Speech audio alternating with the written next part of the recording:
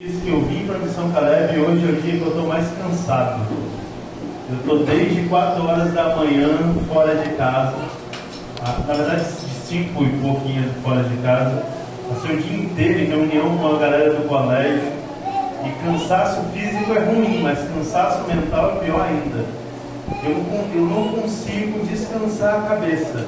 E é tanta informação passando. Então, se por acaso em algum momento essa mensagem você perceber que eu estou indo para um canto e voltando muito assim, sou eu tentando me manter acordado, porque estou com muito sono agora. Hoje a gente vai falar sobre batismo, sobre como o batismo funciona na Bíblia. É um assunto batido, eu sei que alguns de vocês já ouviram 1 bilhão de vezes, obrigado, Pedro. Mas é um assunto que muitas vezes é mal compreendido, tanto por quem está entrando na igreja, quanto por aqueles que estão dentro da igreja. Às vezes a gente acha que conhece o batismo. E obviamente eu não vou falar nada de muito inovador quanto ao batismo. Mas eu queria que você refletisse perante a Bíblia como funciona a dinâmica do batismo. Mas antes da gente abrir a palavra, eu te convido a fechar os olhos, abrir o coração, para a gente falar com o nosso Deus. Santo e eterno Deus, Pai querido, obrigado, Senhor, pelo privilégio de ouvirmos a Tua voz e de sabermos que o Senhor guia as nossas vidas. Nós estamos aqui, Senhor, porque queremos ser novas criaturas guiadas pelo Senhor. E por isso, nós te pedimos, por favor, que o Senhor continue falando ao nosso coração e falando conosco. Que falhos se calem, para que a Tua palavra e o Santo Espírito falem, em nome de Jesus. Amém. Hoje a gente vai falar sobre a verdade sobre o batismo. E eu queria que você pensasse comigo uma coisa. Todos nós passamos por momentos na vida que nós gostaríamos de fazer coisas diferentes, que a gente gostaria de mudar. Se hoje você pensasse e tivesse a oportunidade de mudar completamente um dia, um momento, uma atitude, você saberia exatamente que ponto da sua vida você gostaria de mudar?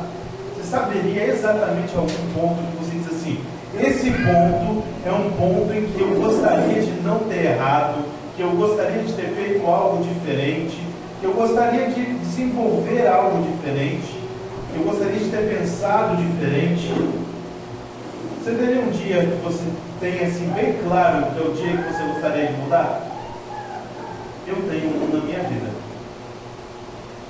Eu me lembro que quando eu era criança para adolescente, a minha avó tinha um celularzinho daqueles que é a versão entre o tijolão e aqueles celulares que todo mundo queria usar, chamado Sony Ericsson, e tinha os celulares mais diferentes. Era um celularzinho que, assim, olhando hoje, o celularzinho só prestava para ligar mesmo e tinha um joguinho legal. Hoje ninguém abriu um celular daquele, mas para mim na época era o auge da tecnologia. Tinha um joguinho de futebol naquele celular da minha avó que eu era encantado. Você só mexia para o lado e para frente do joguinho, mas era maravilhoso para mim. Então eu fui na casa da minha avó e mexendo ali no celular da minha avó, meu pai me chamou para ir para casa. Eu, distraído com a situação, peguei o celular da minha avó, jogando, e levei para minha casa. Eu fui andando com meu pai, sem nem me ligar, que eu estava pegando o celular da minha avó. E meu pai, na distração também, ocupado com o trabalho, não viu que eu estava com o celular. Quando eu cheguei em casa, que eu dei na mente que eu tinha levado o celular da minha avó. E aí eu fiz o que toda criança direito faz. Eu fiquei quieto com medo de apanhar. Morria de medo do meu pai me dar uma coça. Porque meu pai só me bateu uma vez na vida. Todas as outras foi tentativa de assassinato. Meu pai me batia por ele, pela minha mãe, pelo meu avô, por todo mundo que quisesse me bater na face da terra. Eu morria de medo de levar uma coça do meu pai. Então eu fiquei quieto. Morrendo de medo, eu tentei esconder aquilo. Passei aquele dia inteiro com o celular guardado, escondido. Até que no outro dia eu pensei, eu vou para a escola. Quando eu estiver indo para a escola, eu passo na casa da minha avó, coloco o celular lá na mesa da minha avó, saio como se não quisesse nada, resolveu o problema. Eu só esqueci de um detalhe: eu não era um especialista em mentira. Então, o celular estava dentro da minha mochila e eu passei a manhã inteira antes de ir para a escola com a mochila agarrada assim no braço. Minha mãe, que não é boba, olhou para mim e falou: criatura, o que está acontecendo? O que tem de errado? Nada, mãe, é só que eu estou ansioso para ir para a escola. Olha que péssimo mentiroso. A minha mãe entendeu que tinha alguma coisa errada, foi mexer na minha mochila e percebeu o celular. E quando ela viu o celular, eu fiz com toda criança correta. Sabendo que está com problemas, tem que fazer. Mentir mais um pouco. Eu disse: não, mãe, porque eu achei esse celular lá no colégio e tal, tinha um colega meu, ele tinha saído já, eu peguei e trouxe para devolver a ele. Aí a mãe falou: ah, é para devolver seu colega? Beleza, deixa comigo que eu vou na direção lá da escola e entrego. Aí eu comecei a ficar meio gelado, ficar meio branco, mas fui para a escola, orando a Deus para que Deus não levasse em conta a minha iniquidade. Só que Deus, ele é especialista em confrontar a gente atribulada. Assim que eu saí da escola, minha avó ligou para o telefone dela, pelo celular do meu avô. Minha mãe reconheceu a voz, entendeu o que tinha acontecido, entendeu a situação. Quando eu voltei, o meu pai não me bateu. O meu pai quase me fez conhecer Jesus de pertinho.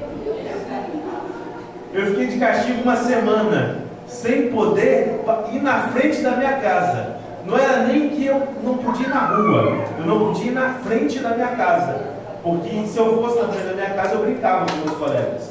Então meu pai me proibiu de fazer qualquer coisa durante aquela semana. Mas o mais duro não foi isso. O mais duro foi que eu senti uma vergonha tão grande que eu não conseguia voltar na casa da minha avó mais. Eu passei um mês inteiro sem ir na casa da minha avó. Um mês inteiro sofrendo todos os dias, porque eu amava ir para a casa da minha avó. Então, se eu pudesse mudar algo na minha vida, seria exatamente isso. Eu mudaria esse dia. Pela graça de Deus, esse é um dos testemunhos mais tristes, mas mais felizes da minha vida. Porque depois de um mês, quando eu fui na casa da minha avó, a minha avó me ensinou o que é graça, sem citar um versículo da Bíblia. O meu avô estava no portão esperando para que eu fosse até lá. Quando eu cheguei, ele com lágrimas nos olhos, olhando para mim, disse: meu filho, como eu estava com saudade de você. Eu fiquei completamente triste pelo que eu tinha feito. E aí eu contei ao meu avô o que eu tinha sentido, porque eu tinha ficado longe, e meu avô me disse a frase mais bonita da minha vida: filho, não importa o que você faça, você continua sendo a pessoa que eu mais amo na vida. Meu avô me amava como se eu fosse filho dele, literalmente. Cuidava de mim, fazia broa de milho, fazia tudo que podia por mim. Então, para mim é muito doloroso, era muito doloroso, sempre foi, lembrar desse dia. Porque eu fui capaz de machucar alguém que eu amava. Eu fui capaz de ignorar os meus erros, ignorar as consequências e ferir quem era especial para mim. A Bíblia apresenta para a gente uma verdade que é diferente. Uma verdade que a gente não precisa mudar apenas um momento. Nós podemos mudar uma vida inteira. Nós podemos nascer de novo. A Bíblia ensina que batismo, está ligado ao novo nascimento. O batismo apresenta para nós, ou representa, morte e ressurreição com Cristo. O batismo é um ato de obediência e entrega. E o batismo marca o início de uma vida pública, ou de uma nova vida pública, diante de Deus e das pessoas. E quando a gente fala de nascer de novo, obviamente, para qualquer pessoa que é cristã, o primeiro texto que vem na mente é João capítulo 3, versículos 3 a 5. Abre tua Bíblia e lê comigo. João capítulo 3, versículos de 3 a 5.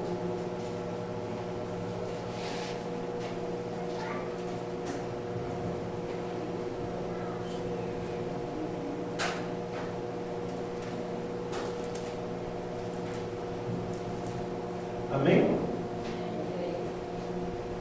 Diz assim na minha versão: respondeu Jesus: em verdade te digo que verso 5, quem não nascer da água e do Espírito não pode entrar no reino de Deus.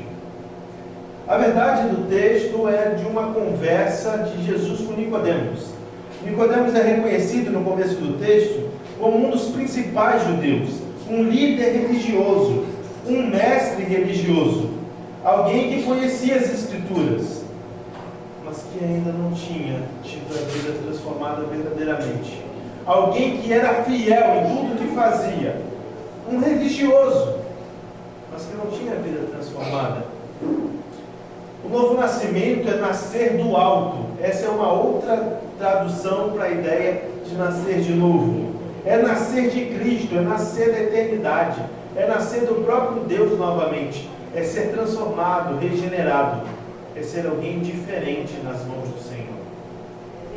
Quando Nicodemos conversa com Jesus, Jesus quebra Nicodemos, porque Nicodemos é alguém que conhece a palavra, mas conhecimento bíblico não é a mesma coisa do que fé verdadeira.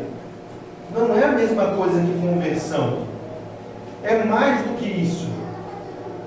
Nascer de novo é entender que a gente não é baseado em ter uma boa moral. Não é guardar uma reputação boa. Nascer de novo é ser alguém guiado pelo Espírito de Deus e transformado pelo Senhor.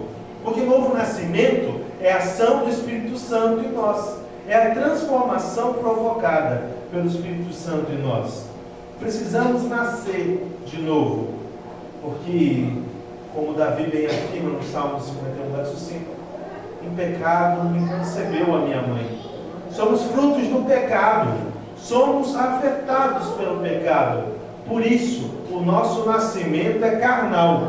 Até que um dia nós nasçamos de novo da água e do Espírito. Por isso a ideia de batismo para a Bíblia não é simplesmente um rito ou um ritual. É uma lembrança do poder regenerador de Deus na vida do crente. Em Atos 22:16, Paulo diz, contando sobre a sua experiência de batismo, sobre sua transformação, ele diz que um dia um homem chamado Ananias, e pode abrir uma Bíblia para chegar no verso 16 do capítulo 22 de Atos, ele diz o seguinte: um dia um homem fiel a Deus, chamado Ananias, foi usado por Deus para vir até mim falar: Saulo, tem a visão devolvida. E aí no verso 16, o texto vai dizer, através de Paulo, ele diz assim: levanta-te e recebe o batismo e lava os teus pecados. Paulo precisava ser transformado. Paulo precisava aceitar publicamente, demonstrar publicamente que ele tinha aceitado o Evangelho. Só que se você olhar para a história de Paulo, você vai ver claramente, Paulo tinha todo o conhecimento necessário. O que ele não tinha era uma vida de relacionamento com Cristo. Paulo perseguia a Jesus e a igreja, porque Paulo acreditava estar fazendo certo. Paulo buscava fazer o seu melhor, mas às vezes o nosso melhor não é suficiente para Deus. Ou melhor, basicamente todas as vezes, o nosso melhor não é suficiente para Deus. Paulo era fiel no que ele acreditava, mas às vezes nós podemos ser fiéis na infidelidade a Deus. Paulo era um judeu de judeus, fariseu, era uma ótima pessoa. O grande problema é que ele estava servindo a Deus pelos motivos errados. O grande problema é que ele não tinha toda a verdade na sua vida. Então, às vezes, a gente se acha cristão, nos achamos crentes, cremos que somos cristãos porque vamos à igreja. E placa de igreja não salva ninguém. Não salva ninguém. A gente não está aqui para pregar denominação, a gente não está aqui para dizer que ser adventista torna alguém melhor do que os outros. Não é essa a nossa função. Mas placa de igreja, por mais que não salve ninguém, me mostra também que a igreja errada me afasta de Deus. Paulo era judeu, conhecia parte do Evangelho, mas quando Cristo entrou na vida dele, ele teve a vida completamente transformada. Ele foi redimido, ele recebeu perdão, sua vida foi limpa, recebeu uma nova identidade e recomeço. O batismo não salva por si. Não acontece um milagre no momento em que você entra na água. Não sei se com você foi igual ao meu batismo. Eu entrei cheio de expectativas. Achei que quando eu entrasse na água e saísse, ia sair quase com um brilho de mim, ia estar ali aquele menino incrível que nunca mais erra. Eu me iludi. Não precisou nem terminar o dia do meu batismo. Eu já estava fazendo besteira. Eu já estava dando trabalho para os outros. Porque não é a água do batismo que me salva. E muito menos não é ela que me aperfeiçoa. Ela apenas demonstra publicamente que eu pertenço a Cristo. E aponta para mim, para o poder purificador de Cristo. Por mais que eu tome banho todos os dias, amanhã eu vou ter que tomar de novo. O batismo é só o primeiro dos grandes banhos da vida de um cristão que se entregou nas mãos de Deus. Ele é só o início da caminhada. E muitas vezes nós achamos que o batismo é fim de linha. Achamos que o batismo ele serve para concretizar a obra. Quando olhamos para a Bíblia, nós vemos que o batismo é só o primeiro passo. É só o início. E a gente vê isso olhando para o ministério de Jesus e para o batismo dele. Em Mateus 3, verso 13 e verso 17, abre comigo, vou ler agora o texto. Mateus 3, versos 13 a 17, nós temos o batismo de Jesus relatado na palavra. Nós temos mostrando o porquê Jesus se batizou de alguma forma. E quando a gente olha para a Bíblia, a gente sabe claramente, Jesus não precisava ser batizado por arrependimento. Jesus não tinha pecados. Mas ele se batiza e ele diz o motivo pelo qual ele deseja se batizar. Mateus capítulo 3, versos 13 a 17 diz assim na minha versão: Por esse tempo, dirigiu-se Jesus da Galileia para o Jordão, a fim de que João o batizasse. Ele, porém, João, o dissuadia dizendo: Eu é que preciso ser batizado por ti, e tu vens a mim? Mas Jesus respondeu: Deixa por enquanto, porque assim nos convém cumprir toda a justiça. Então ele o admitiu. Batizado Jesus, saiu logo da água, e eis que se lhe abriram os céus, e viu o Espírito de Deus descendo como pomba, vindo sobre ele. E eis uma voz dos céus que dizia: Este é o meu Filho amado, em quem me comprazo, ou então em quem eu tenho muita alegria. Jesus se batiza e ele usa uma expressão muito importante. Ele se batiza para cumprir toda a justiça, para que o que é correto fosse feito na vida dele. Só que Jesus não diz: Eu me batizei para que eu cumpra toda a justiça. Jesus diz para João Batista: Nos convém cumprir toda a justiça. João participa do batismo de Jesus como aquele que está participando do que é correto, do que é o certo a se fazer. Jesus vai começar seu ministério público, ele vai se identificar com a humanidade, e no momento que ele se identifica, ele começa o fazendo por meio do batismo, porque no batismo nós confirmamos publicamente a quem nós pertencemos, nós confirmamos publicamente de quem nós somos filhos. A mesma voz que disse no batismo de Jesus: Esse é o meu Filho amado em quem eu tenho alegria, é o mesmo que festeja todas as vezes que um pecador se arrepende e toma uma decisão por Cristo. É o mesmo Deus que se envolve com a nossa salvação e que nos oferece uma maneira de nos identificarmos com Ele. Quando Cristo se batiza, Ele se batiza dando o exemplo de que a maior identificação de um cristão com Ele é por meio da cerimônia do batismo, porque o batismo representa muito mais do que simplesmente alguém se molhando.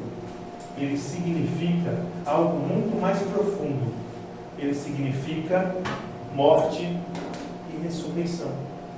É quando nos batizamos que nós mostramos para o mundo que estamos dispostos a morrer para nós mesmos e ressurgir para Cristo Jesus, o nosso Senhor. É no batismo que nós cumprimos exatamente o que se espera de um falecimento e de uma ressurreição. O símbolo é muito claro e muito objetivo. Aliás, segundo Romanos 6, já pensando em um outro tema que a gente vai discutir mais para frente, não durante essa semana, mas em outro momento, o maior símbolo da ressurreição de Jesus não é o dia de domingo. O maior símbolo da ressurreição de Jesus, segundo a Bíblia, é o batismo. É o batismo que é o símbolo de lembrança da ressurreição de Jesus. É por isso que ele deixa a cerimônia de batismo para nós, para que todas as vezes que alguém se batiza, nós nos identifiquemos com aquele que morreu e ressuscitou para uma nova vida, para nos oferecer salvação. E é por isso que o método do batismo, o único correto, o único aceito perante a Bíblia, é o batismo por imersão. O texto diz que Jesus entrou na água. O próprio termo batismo significa imergir na água. Não existe outra forma de batismo que não seja o batismo entrando na água por imersão. Porque somente esse tipo de batismo representa exatamente o que é morrer e ressuscitar para Cristo. Porque quando descemos as águas, o velho homem morre. Nós deitamos e somos sepultados debaixo da água quando submergimos, até que nós levantamos novamente para uma nova vida diante de Deus e diante dos homens. Nós somos sepultados com Cristo pelo batismo. É naquele momento que o velho homem é declarado morto. Mas Lutero dizia uma coisa que me chama bastante atenção. Lutero dizia que ele achava que o velho homem tinha morrido nas águas do batismo, até que ele descobriu que o miserável sabia nadar. E esse é um dia muito complicado na nossa vida. O dia que a gente descobre que o miserável homem que nós éramos continua nadando atrás da gente. Se nós não mortificarmos o nosso velho homem, ele volta a viver. E mortificar não é você matar. O significado de mortificar é entregar para alguém matar no teu lugar. É quando nós entregamos o velho homem para o Espírito Santo, para Cristo, para Deus o Pai, que nós somos transformados. E Ele que pode realmente fazer o velho homem morrer na minha e na sua vida. Por isso que nós somos batizados em nome de Jesus. Somos batizados, segundo Mateus 28, em nome do Pai, do Filho e do Espírito Santo. Porque ser batizado em nome de alguém, ser batizado no nome do Pai, do Filho e do Espírito Santo, é aceitar a autoridade dele sobre a nossa vida. É aceitar que ele é o Senhor das nossas vidas. É aceitar que ele tem domínio sobre nossas vidas. Porque quem é batizado em nome de Jesus não é mais sua própria autoridade. Se submete à vontade de Deus. E se submeter à vontade de Deus custa. Custa caro. Custa planos, sonhos, objetivos. Custa muitas vezes muito tempo que eu ainda não tinha consciência de quem Cristo era na minha vida. Para alguns, assim como eu, vai custar alguns anos da vida que você achava que estava certo. Eu fui criado em outra doutrina. Eu não sou adventista de berço. Eu não nasci num lar adventista. Eu nasci num lar católico. E não de católicos não praticantes. Eu nasci num lar de católicos praticantes e muito, muito devotos. Meu pai lê a Bíblia todos os dias. Meu pai dá trabalho para dar estudo bíblico para muita gente. Já teve muita gente que foi lá em casa que precisava estudar um pouquinho mais para responder as perguntas do meu pai. Porque ele é muito inteligente e ele lê a Bíblia. Então, se a gente não estiver baseado no assim diz o Senhor, dá trabalho. E o meu pai já percebeu muitas coisas que ele acreditava ser certas, que ele hoje vê que perante a Bíblia não são. Essa transformação vem por meio da ação do Espírito Santo. E ele torna a autoridade de cada um de nós. O batismo também demonstra que nós estamos entrando num relacionamento. Dá para configurar o batismo, considerar ele como uma cerimônia de casamento. É o momento que publicamente eu aceito me relacionar com Deus de forma pública e extremamente real diante dos meus irmãos. E isso é importante de usar essa referência por um motivo. Vocês sabem, eu sou casado com a Carol, mas eu não amo a Carol a partir do dia que eu casei com ela. Eu amo a Carol antes de casar com ela. Mas se eu digo para a Carol assim, eu te amo, mas eu não quero te assumir para ninguém. Eu te amo, mas a gente só vai se relacionar escondido. Ninguém pode saber. Seria justo? Não. Seria amor de verdade? Não. Agora me diz se faz sentido. Alguém que teme a Deus, que adora a Deus, que ama a Deus, dizer que não quer se batizar porque tem vergonha, tem medo, ou então que nem as crianças que eu conhecia há um tempo atrás. Ah não, pastor, esse negócio de batismo eu só não vou por um motivo: a água está sempre gelada, então não quero entrar na água gelada. Faz sentido a gente ignorar um relacionamento profundo com Deus e assumir uma aliança com Ele porque a gente está com medo, vergonha, está inseguro ou está com medo da água gelada? Não faz, cara. É quando a gente percebe que o batismo não é uma cerimônia mística, mas é assumir um compromisso, que a gente entende quem Cristo é para nós. E entendemos que isso é muito mais profundo do que uma simples cerimônia. É se submeter ao senhorio de Cristo, de Deus, e entender que eu estou fazendo um pacto de lealdade com Ele. Eu estou me aprofundando no relacionamento com Deus. Eu estou me envolvendo com Ele a cada dia mais. É entender que eu me submeto ao nome e ao caráter de Deus e represento esse caráter. É isso que o batismo significa. Sou eu dizendo para o mundo: eu não quero mais viver para mim. Eu não quero que as pessoas se lembrem do velho Fábio. Eu quero que elas vejam o novo Fábio, transformado e redimido pelo sangue de Cristo. Não importa o passado. Paulo diz: esquecendo-me das coisas que para trás ficaram, prossigo rumo ao alvo, rumo ao prêmio da soberana vocação que está em Cristo Jesus. O batismo é o começo da caminhada. É a primeira entrega, é a primeira demonstração pública do que eu quero fazer diante de Deus e diante dos homens. Mas o que eu preciso fazer para ser batizado? Porque eu acho que essa pergunta é a mais importante da face da terra. O que eu preciso fazer para ser batizado? Sem olhar para a tela, irmãos. Aliás, deixa eu voltar para ninguém colar. O que eu preciso fazer para ser batizado?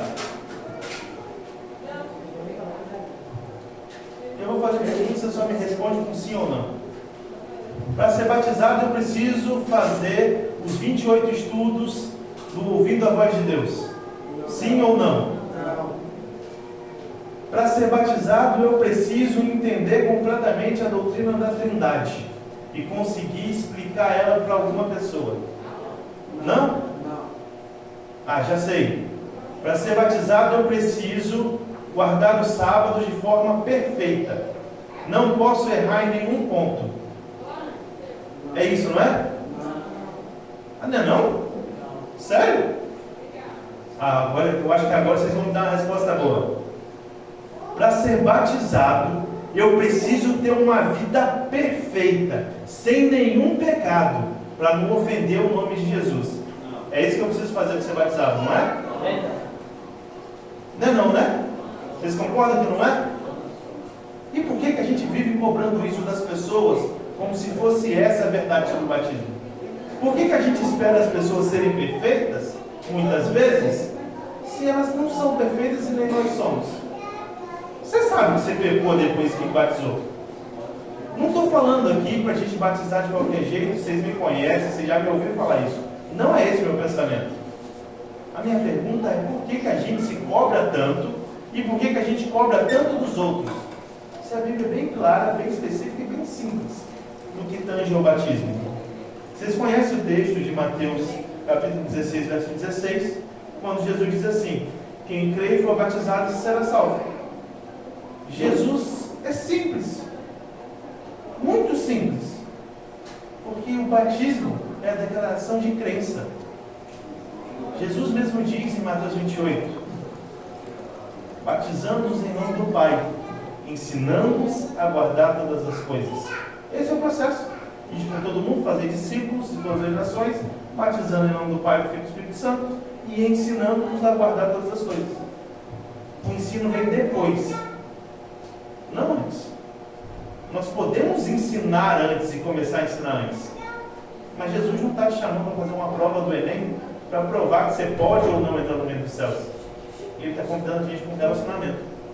Por isso, os requisitos para ser batizado são crer, arrepender-se e aceitar Jesus. Simples, objetivo e claro. É isso que eu preciso fazer para ser batizado. Jesus não cobra a perfeição de nenhum de nós.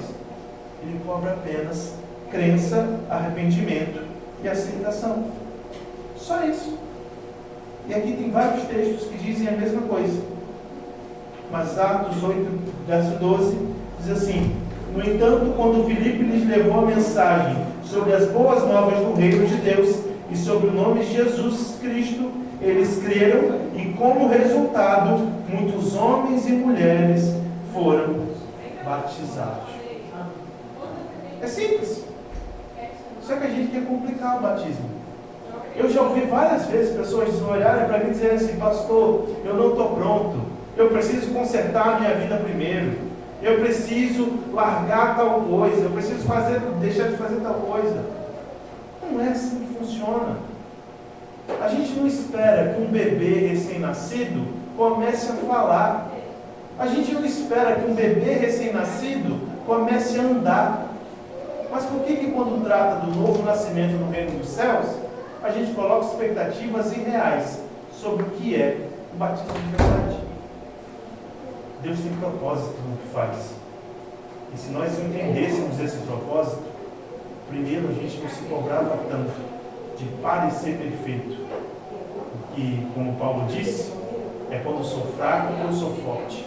É quando eu reconheço o quão débil e defeituoso eu sou, que Cristo tem espaço para agir na minha vida. Deus não chamou perfeitos, nem justos, santos. Ele chamou pecadores ao arrependimento. Linguagem de Jesus. Não sou eu que estou dizendo. Por isso, eu me encanto por essa história da Bíblia. Abro com a Bíblia em Atos 8, versos 26 a 39. Eu vou ler o texto inteiro com vocês, apesar de o tempo já ter passado quase todo da mensagem, mas eu acho importante ler esse texto com vocês.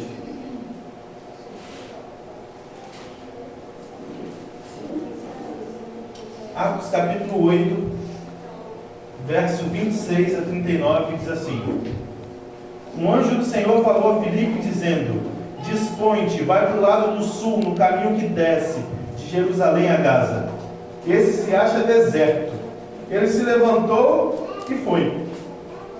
Eis que um etíope eunuco, alto oficial de Cândace, rainha dos etíopes, o qual era superintendente de todo o seu tesouro, e que viera adorar em Jerusalém, estava de volta, e assentado no seu carro vinha lendo o profeta Isaías. Então disse o Espírito a Filipe: aproxima-te desse carro e acompanha-o. Correndo Filipe, ouviu ler o profeta Isaías e perguntou: compreendes o que vens lendo? Ele respondeu: como poderei entender se alguém não me explicar? E convidou Filipe a subir e a sentar-se junto com ele. Ora, a passagem da escritura que estava lendo era essa: foi levado como ovelha ao matadouro, e como um cordeiro mudo perante o seu tosqueador, assim ele não abriu a boca. Na sua humilhação lhe negaram justiça. Quem lhe poderá descrever a geração? Porque da terra sua vida é tirada. Então o eunuco disse a Filipe: peço-te que me expliques a quem se refere o profeta. Fala de si mesmo ou de algum outro? Então Filipe explicou, e começando por essa passagem da Escritura, anunciou-lhe a Jesus. Seguindo eles caminho fora, chegando a certo lugar onde havia água, disse o eunuco: eis aqui água, o que impede que eu seja batizado? Filipe respondeu: é lícito, se crês de todo o coração. E respondendo ele disse: creio que Jesus Cristo é o Filho de Deus. Então mandou parar o carro, ambos desceram a água, e Filipe batizou o eunuco. Quando saíram da água, o Espírito do Senhor arrebatou a Filipe, e não o vendo mais o eunuco, esse foi para casa, seguindo o seu caminho, cheio de alegria. Eu quero só fazer 3 perguntas nesse texto para você. Primeira coisa, quantos encontros eles tiveram? 1. Segunda coisa, depois desse momento, quantas vezes eles se viram novamente? Segundo a Bíblia, mais nenhuma vez. Terceira pergunta, nesse texto, qual é a condição para que alguém seja batizado? Crê em Deus, crê em Jesus. Única condição. A minha pergunta para você agora é clara, objetiva e reta. Você crê em Deus? Quem crê em Deus, levanta a mão. Amém. Então deixa eu fazer a segunda pergunta. O que impede você de ser batizado? O que impede você de se entregar nas mãos de Deus e ser transformado por Ele? O que te impede de selar um compromisso com Ele? Somos nós que colocamos pedra no caminho. Somos nós que tentamos impedir o que Deus quer fazer na nossa vida. O batismo é só o começo da caminhada, não o ponto de chegada. O batismo é o início da nossa jornada. Então, deixa eu tornar a pergunta de forma mais prática para você. Talvez você tenha sido batizado já. Talvez você já tenha passado pelas águas do batismo.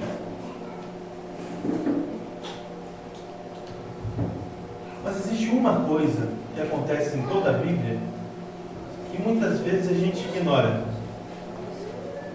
Até pessoas convertidas precisam se converter de novo. Até pessoas que já entregaram o coração a Jesus um dia precisam renovar o seu laço com Cristo. A minha pergunta, usando o texto de hoje, é bem clara. O que você tem feito realmente que demonstra para o mundo que você é um cristão convertido? O que é que demonstra publicamente na tua vida que você tem sido transformado por Jesus? Talvez você já tenha passado pelas águas do batismo, ou talvez algum de vocês não. Mas a pergunta para ambos os grupos é a mesma. Você quer selar a vida com Jesus para viver com Ele de verdade? Viver uma vida de compromisso e não uma vida de teatro. Viver uma vida de entrega pessoal e não uma vida de ser apenas membros de igreja. Viver uma vida de entrega para se preparar, não apenas para ser batizado, como está no slide, mas para se entregar nas mãos de Deus e viver o extraordinário ao lado dele? É isso que você deseja para a tua vida? É isso que você pensa sobre a realidade de viver com Cristo? Se isso for o desejo do teu coração, eu te convido a, durante o louvor que o Carlos vai cantar, você se coloque nas mãos de Deus e peça a Ele que confirme no teu coração a tua entrega. Se por acaso você já passou pelo batismo, reafirme a tua entrega a Deus mais uma vez. Se ainda não passou, siga o que o slide está escrito. E se prepare para ser batizado, porque Deus quer transformar a tua e a minha vida. O batismo não nos torna perfeitos, mas ele declara publicamente a quem nós pertencemos. Enquanto Carlos louva, conversa com Deus e cele mais uma vez pacto da tua vida com Ele.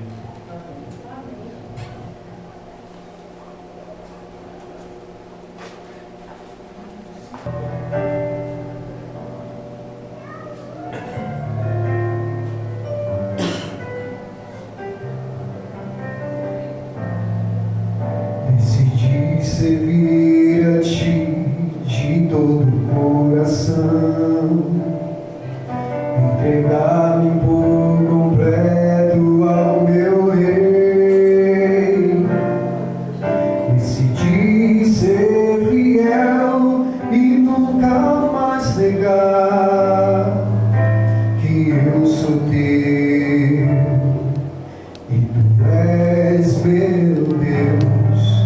Decidi que as duras provas eu irei vencer, confiando tão somente em Teu poder. Decidi na escuridão eu hei de enxergar. Decidi temer, decidi te amar, eu decidi servir a Ti, meu Rei, e não mais a dois senhores servirei. Eu decidi ser fiel a Ti, e não mais a dois senhores servirei.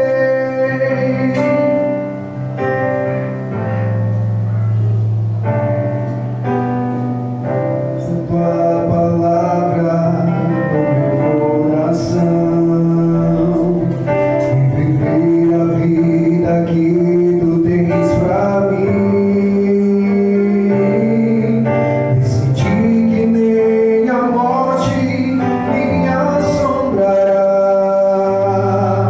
pois a minha vida em Ti escondida está. Decidi ser apenas um servo vencedor, dedicando-me a amar o meu irmão. Decidi doar-me mais e não questionar. Decidi ser Teu, decidi te amar. Eu decidi servir a Ti, meu Rei, e não mais a dois senhores servirei. Eu decidi ser fiel a Ti, e não mais a dois senhores servirei. Eu decidi servir a Ti, meu Rei, e não mais a dois senhores servirei. Eu decidi ser fiel a Ti, e não mais a dois senhores servirei. E não mais a dois senhores servirei.